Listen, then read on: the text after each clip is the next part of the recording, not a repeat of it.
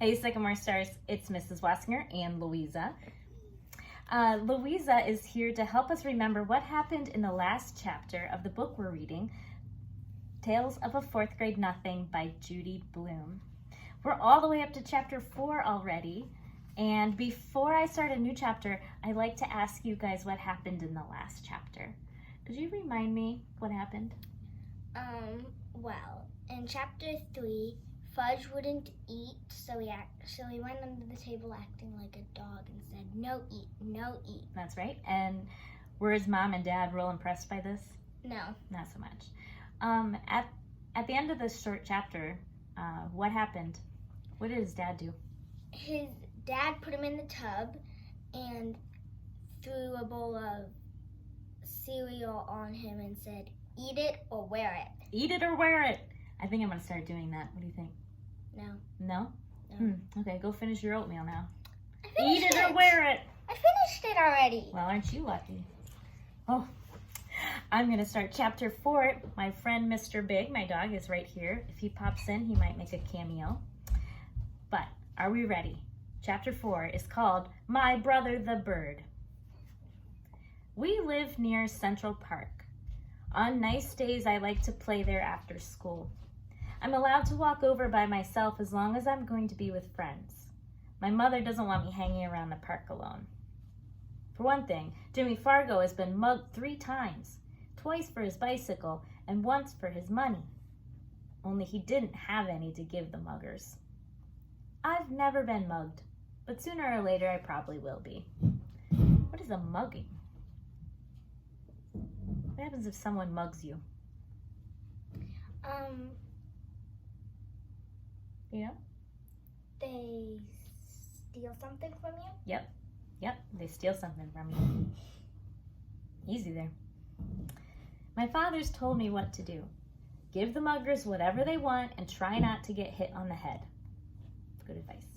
Sometimes after you're mugged, you get to go to police headquarters. You look at a bunch of pictures, crooks, to see if you can recognize the guys that mugged you. I think it would be neat to look at all those pictures. It's not that I want to get mugged, because that could be really scary. It's just that Jimmy Fargo's always talking about his visit to police headquarters. My father got mugged once in a subway by 2 girls and a guy. They took his wallet and his briefcase. He still travels around by subways, but my mother doesn't. She sticks to buses and taxis. Both my mother and my father are always warning me never to talk to strangers in the park, because a lot of dope pushers hang around there. But taking dope is even dumber than smoking, so nobody's gonna hook me. You know what dope is? No. Marijuana. It's a drug. We live on the west side of the park. If I want to get to the zoo and the pony carts, I have to walk all the way through to the east side. Sometimes my mother walks across the park with Fudge. He likes the animals a lot, especially the monkeys. He also likes the helium-filled balloons. But as soon as my mother buys one, he always lets it go. He likes to see it float up into the sky. My mother says it's a total waste of money and she's not going to buy him any more balloons until he promises not to let go. On Sundays, the park is closed to traffic and you can ride your bicycle all over without worrying about being run down by some crazy driver. Even Fudge can ride. He has a little blue toddle bike, a present from my father's client. And when he's riding, he makes motorcycle noises. Vroom, vroom, vroom, he yells. In the fall, the leaves turn darker and drop off the trees. What's a toddle bike? It sounds to me like a bike for toddlers.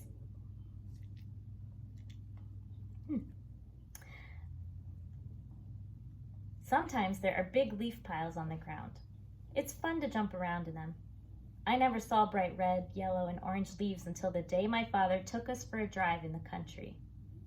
The reason the leaves don't turn bright colors in New York is the air pollution.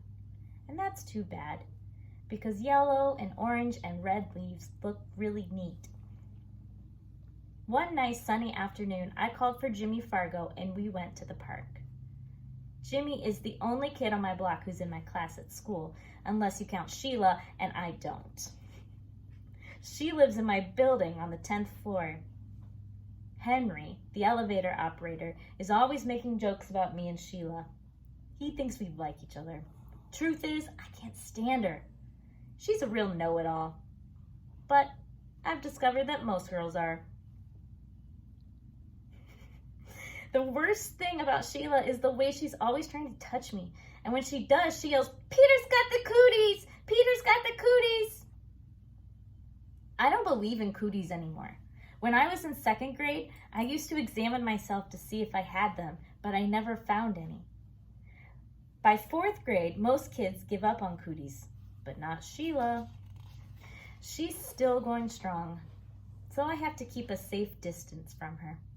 He's social distancing. My mother thinks Sheila is the greatest. She's so smart, my mother says, and someday she's going to be a real beauty.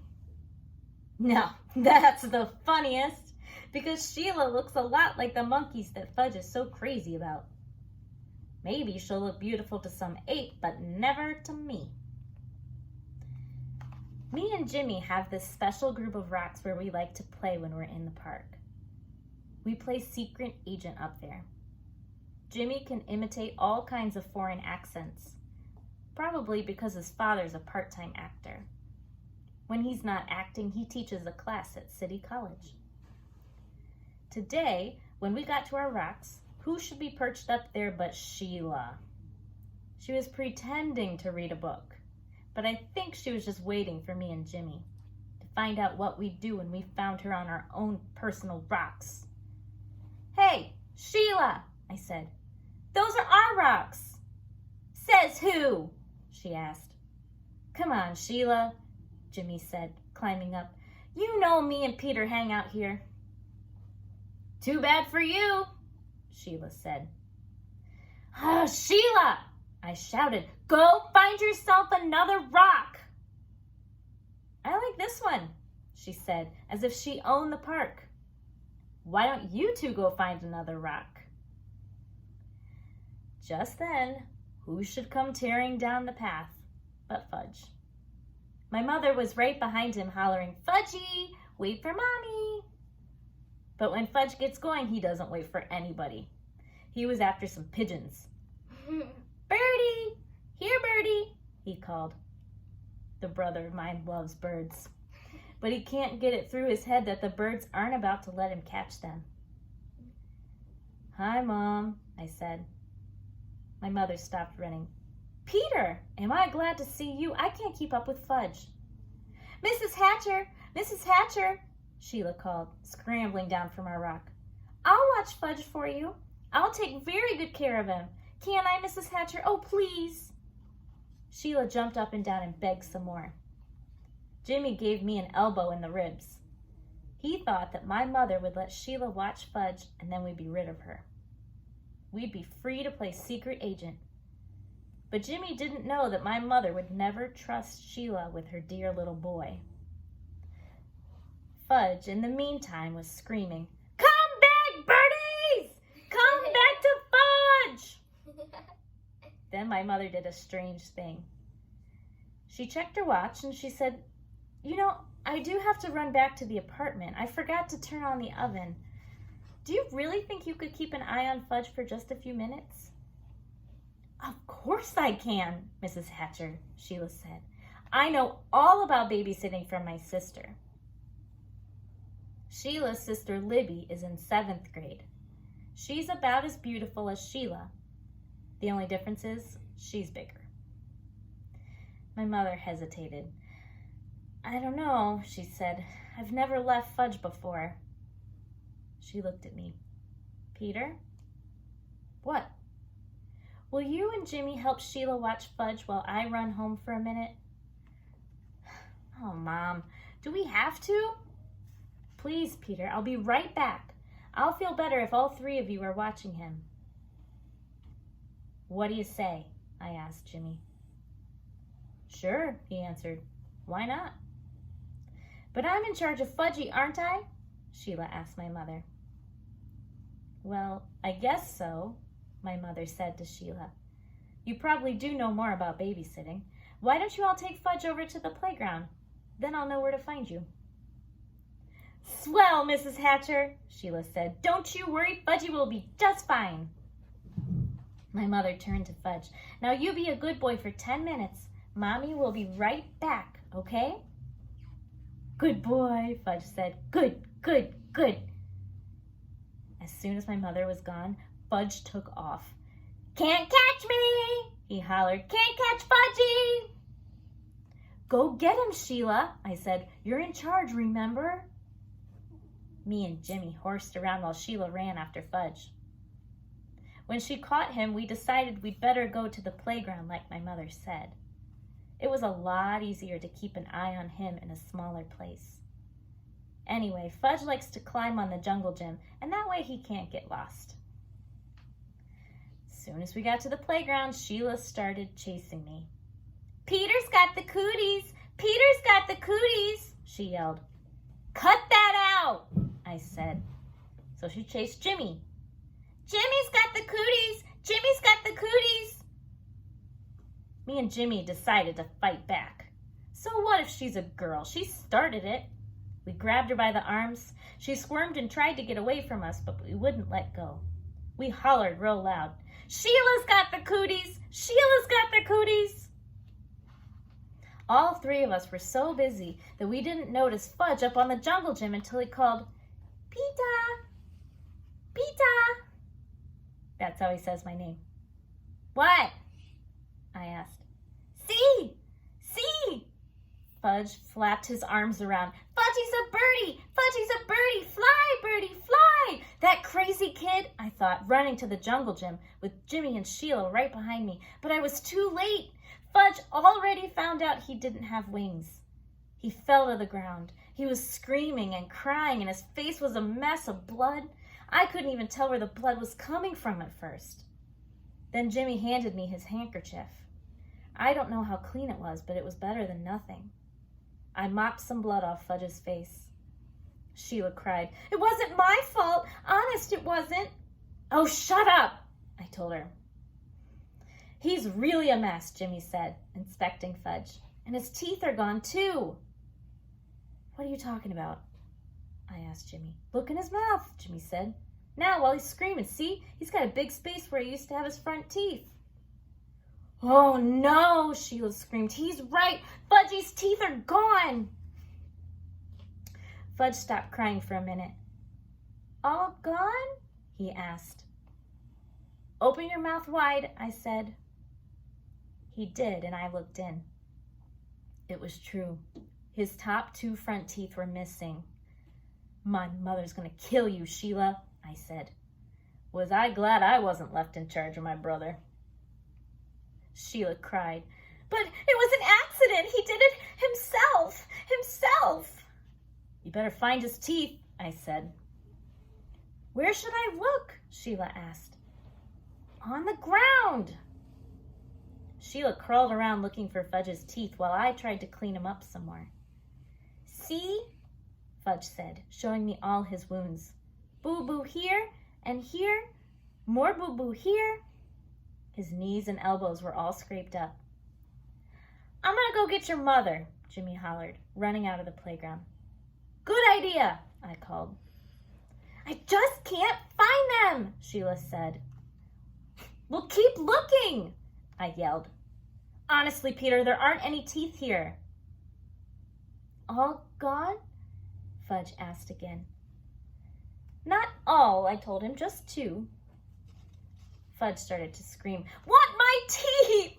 Want my teeth!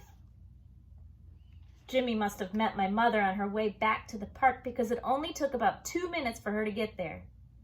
By that time, a whole crowd of kids had gathered around us. Most of them were crawling on the ground like Sheila, looking for Fudge's teeth. My mother picked up Fudge. Oh, my baby, my precious, my little love. She kissed him all over. Show Mommy where it hurts. Fudgy showed her all his boo-boos. Then he said, All gone. What's all gone? My mother asked. His top 2 front teeth, I said. Oh, no, my mother cried. Oh, my poor little angel. Sheila sniffled and said, I just can't find them, Mrs. Hatcher. I looked everywhere, but Fudge's teeth are gone. He must have swallowed them, my mother said, looking into Fudge's mouth. Oh, Mrs. Hatcher, how awful. I'm sorry. I'm really very sorry. What will happen to him? Sheila cried. He'll be all right, Sheila, my mother said. I'm sure it was an accident. Nobody's blaming you. Sheila started bawling again. My mother said, let's go home. I thought my mother was being pretty easy on Sheila. After all, she was left in charge. When we got home, Mom washed Fudge's cuts and scrapes with peroxide. Then she called Dr. Cone. He told her to take Fudge to our dentist. So my mother called Dr. Brown's office and made an appointment for the next day. When that was done, she gave Fudge some socks to play with. I went into the kitchen to have a glass of juice. My mother followed me. Peter Warren Hatcher, she said, I'm sorry that I can't trust you for just 10 minutes. Me? I asked. Trust me? What's this got to do with me?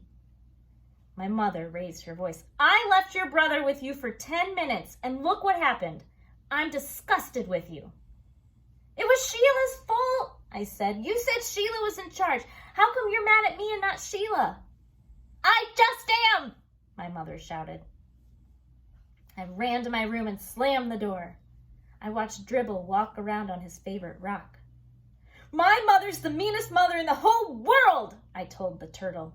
She loves Fudge more than me. She doesn't even love me anymore. She doesn't even like me. Maybe I'm not her real son. Maybe somebody left me in a basket on their doorstep. My real mother's probably a beautiful princess, and I bet she'd like to have me back. Nobody needs me around, that's for sure.